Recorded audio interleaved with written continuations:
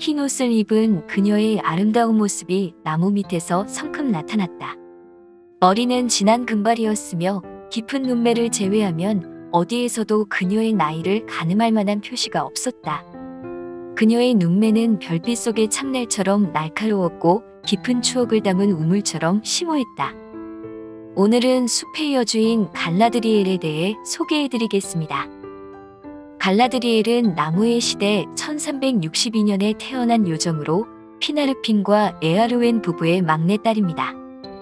피나르핀 가문은 놀도르 상급왕 피네 가문 중에서 가장 아름답고 지혜롭다고 알려져 있는데 갈라드리엘은 그 중에서도 가장 아름다운 요정이었습니다. 그녀의 머리카락이 발리노르의 황금나무 라우렐린의 빛을 머금은 듯 금빛으로 찬란하게 빛났기 때문이었죠. 또 그녀는 키가 거의 2m에 달할 만큼 커서 위풍당당한 존재감을 지니고 있었고 피 속의 놀도르의 기질을 닮아 용맹한 대장부 같은 성격에 뛰어난 지휘력과 통찰력을 갖추고 있었습니다. 갈라드리엘이 태어났을 때 아버지 피나르핀은 그녀에게 쾌냐로 고귀한 여인이라는 뜻의 아르타니스라는 두 개명을 지어주었습니다. 그녀가 점점 당차고 큰 포부가 보이는 인물로 자라나자 어머니 에아르웬은 쾌냐로 여장부라는 뜻의 메르웬이라는 모계명을 붙여주었죠. 그리고 후에 만나게 된 그녀의 연인 켈레보르는 그녀에게 텔레린으로 빛나는 화환을 쓴 소녀라는 뜻의 알라타리엘이라는 이름을 지어주었는데 알라타리엘을 신다린으로 바꾼 것이 바로 갈라드리엘이라는 이름이었습니다. 갈라드리엘의 카리스마가 드러나기 시작한 것은 모르고스가 피네를 살해하고 실마리를 훔쳐 달아난 뒤 피네의 맏아들인 페아노르가 복수심에 불붙어 놀도르 요정들을 선동하던 때입니다.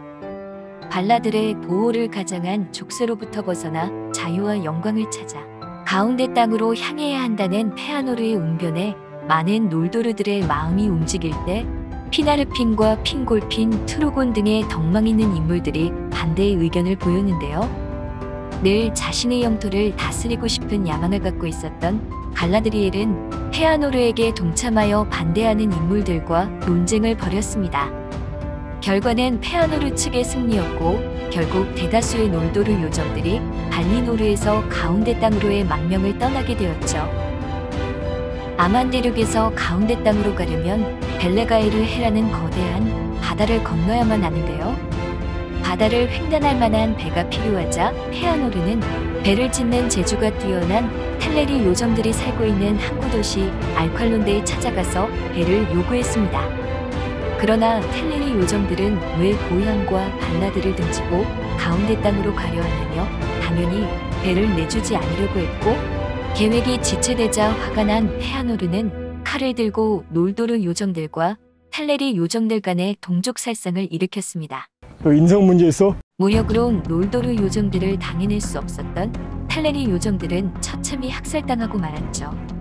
갈라드리엘과 그녀의 형제들은 동족살상에 참여하지 않으려 했는데 어머니 에아르웬이 텔레리 요정이었기 때문이었습니다. 그렇게 텔레리의 배를 빼앗아 북쪽으로 아라만까지 올라오고 보니 모든 놀도르들을 태우기에는 배가 너무 적었습니다.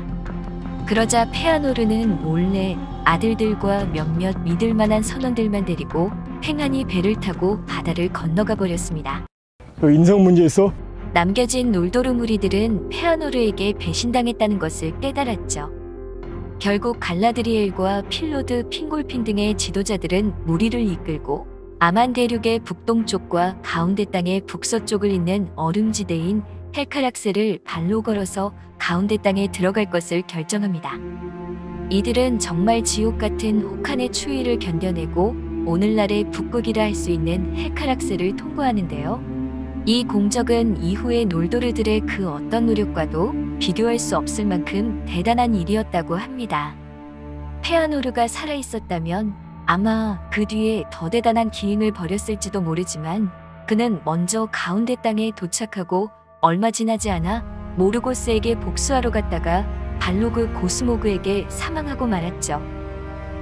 가운데 땅에는 일찍이 발리노르에 오지 못했던 텔레리 요정들의 일부인 회색 요정들이 살고 있었는데요. 회색 요정의 왕 신골은 갈라드리엘의 외할아버지의 형이었기 때문에 갈라드리엘과 형제들을 기꺼이 맞이해 주었습니다. 갈라드리엘은 친오빠인 필로드와 함께 톨시리온에서 살았다가 나중에는 신골의 왕국 도리아스에 들어가 살게 되는데요. 도리아스에서 갈라드리엘은 켈레보른을 만나 사랑에 빠져서 결혼하게 되었습니다. 또 그녀는 신골의 아내인 마이아 멜리안과 가까이 지내며 지혜로운 가르침을 받기도 했죠. 멜리안은 대체 왜 놀도르들이 발리노르에서 떠나 이곳에 오게 된 것인지 갈라드리엘에게 물었습니다. 원체 놀도르의 망명의 경위를 언급하지 않던 갈라드리엘이었으나 결국 그녀는 멜리안에게 지금까지 있었던 일들을 설명했습니다. 알칼론데의 동족살상과 같은 몇 가지 선 넘는 사건에 대해서는 빼고요. 멜리안은 갈라드리엘이 모든 사실을 알려주지 않았다는 것을 알고 있었으나 더 이상 묻지 않았습니다. 얼마 뒤 놀도르가 벌였던 악행의 전말에 과장과 왜곡을 덮어 씌운 흉흉한 소문들이 회색 요정들 사이에 돌기 시작했습니다. 모르고스가 놀도르와 신다르들 사이를 이간질하려고 퍼뜨린 소문이었죠. 멜리안을 통해 놀도르들의 과거에 대해 어느 정도 들은 적 있었던 신골은 소문을 듣게 되자 분노하며 필로드를 다그쳤습니다. 모든 놀도르들이 동족을 죽인 자들이라고 생각해서였는데요. 갈라드리엘의 둘째 오빠인 앙그로드는 참다 못해 신골에게 진실을 설명했습니다. 페아노르가 동족살상을 일으켰으나 자신들은 살상에 가담하지 않았고 자신들도 피해자라는 것을요. 이 일로 신골은 갈라드리엘의 남매들과 연을 끊지는 않았지만 갈라드리엘은 도리아스에서 나와 필로드가 다스리는 나르고스론드에서 한동안 머물다가 도리아스로 돌아옵니다. 헬카락세를 건넌 놀도르들이 가운데 땅에 발을 디딘 날 최초로 달이 떠오르며 태양의 제일시대가 시작되었고 나르고스론드에서 살던 갈라드리엘이 도리아스로 돌아온 다음 제일시대가 끝날 때까지 그녀의 행적에 대해서는 기록된 바가 거의 없는데요. 이 시대 마지막에 분노의 전쟁으로 벨레리안드 대륙이 가라앉고 이 시대가 되자 발라들로부터 망명을 떠난 죄를 용서받은 많은 놀도르 요정들이 가운데 땅에서 배를 타고 서쪽으로 떠났지만 갈라드리엘은 아직 영토를 다스리는 야망을 이루지 못해서인지 켈레보른과 함께 가운데 땅에 남았습니다. 그녀는 벨레리안드 대륙의 자네인 린돈에서 머무르는데 이때 당시 놀도르 상급왕인 길갈라드에게서 발리노르에서 자라는 나무 말로르네 씨를 얻게 됩니다. 린돈에서 다양한 분파의 요정들을 이끌고 에레드루인 산맥 너머로 떠난 갈라드리엘은 레노이알 호숫가에서 지내다가 더 동쪽으로 에레기온에 들어가 살게 됩니다. 이 즈음에 갈라드리엘은 어여쁜 딸 켈레브리안을 얻었습니다. 가족과 함께 행복하게 살던 갈라드리엘은 에레기온에서 또다시 동쪽으로 이주하게 되는데 에레기온에 곧 선물의 군주 안나타르가 찾아왔기 때문입니다. 안나타르의 정체가 사우론이라는 것을 알지는 못했지만 갈라드리엘은 그를 가까이에선 안 된다는 것을 직감적으로 느꼈는데요. 페아노르의 손자이자 뛰어난 장인인 켈레브린보르는 에레기온의 안나타르를 환영했고 안나타르의 꼬드김에 넘어가 갈라드리엘의 지도권을 빼앗는 바람에 갈라드리엘은 모리아의 난쟁이들의 도움을 받아 안개산맥을 통과해서 린도리난드로 피신하게 되었습니다. 갈라드리엘이 린도리난드에서 지내는 동안 에레기온의 요정들은 안나타르의 가르침을 받아 힘의 반지를 만들어냈고 급기야 안나타르가 절대 반지를 만들어 그의 정체가 사우론이라는 게 드러나게 되었습니다. 갈라드리엘은 뒤늦게 자신에게 찾아온 켈레브린보르에게 힘의 반지를 사우론에게서 숨기라고 조언했고 켈레브린보르는 요정의 세 반지 중 모래반지 네냐를 갈라드리엘에게 맡겼는데요. 결국 사우론에게 에레기온은 멸망하고 말았지만 누메노르의 지원군이 사우론을 격퇴시켜 쫓아내는 데 성공하고 또 시간이 지나 사우론이 다시 전쟁을 일으켰을 때에도 인간과 요정이 힘을 합친 최후의 동맹이 사우론의 절대 반지를 빼앗으면서 가운데 땅의 평화를 지켜냅니다. 이렇게 제2시대가 끝난 뒤 시작된 제3시대에서야 갈라드리엘은 진정한 야망을 이루게 되었습니다. 이전까지 린도리난드를 통치하던 암노스가 난데없이 죽으면서 새로운 지도자가 필요하게 된 것이었는데요. 갈라드리엘은 남편 켈레보른과 함께 린도리난드의 지도자로 거듭나면서 린도리난드의 이름을 노슬로리엔으로 바꾸고 다스리기 시작했습니다. 네, 드디어 반지의 제왕에서 볼 수 있었던 위대한 숲의 여주인 갈라드리엘이 탄생한 것입니다. 갈라드리엘은 노슬로리엔의 말로른의 씨앗을 심고 물의 반지 네냐의 힘으로 빛바래지 않는 아름다운 황금빛의 숲을 가꾸었습니다.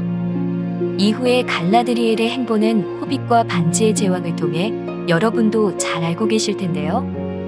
호빗에서는 간달프, 사루만, 엘론드 등과 함께 백색회의에 참석하고 반지의 제왕에서는 모리아를 지나온 반지 원정대를 대접하며 원정대원들에게 특별한 선물들을 선사하죠. 이때 난쟁이 김리에게 그녀의 머리카락을 세 가닥이나 선물한 일화가 유명한데요. 먼 옛날 페아노르도 그녀에게 머리카락을 뽑아달라고 한 적이 있었는데 3번이나 요청했으나 모두 단호하게 거절했었다고 합니다. 김리는 그런 머리카락을 받았으니 정말 복받았네요.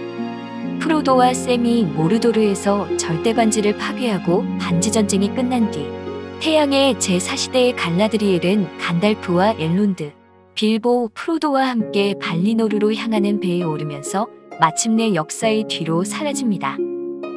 해와 달이 생기기 전부터 요정들의 역사의 마지막 장까지 기나긴 세월을 살아온 갈라드리엘은 가운데 땅에서 최연장자로 꼽히는 인물들 중 한 명이었으며 그녀의 행적은 한 번으로는 입에 다 올릴 수 없는 것이었는데요. 오늘은 네르웬처럼 굳건하고 아르타니스처럼 고귀했던 인물 갈라드리엘을 소개해드렸습니다. 재미있으셨다면 구독과 좋아요 부탁드리고 다음 영상에서 뵙겠습니다. 나마아리에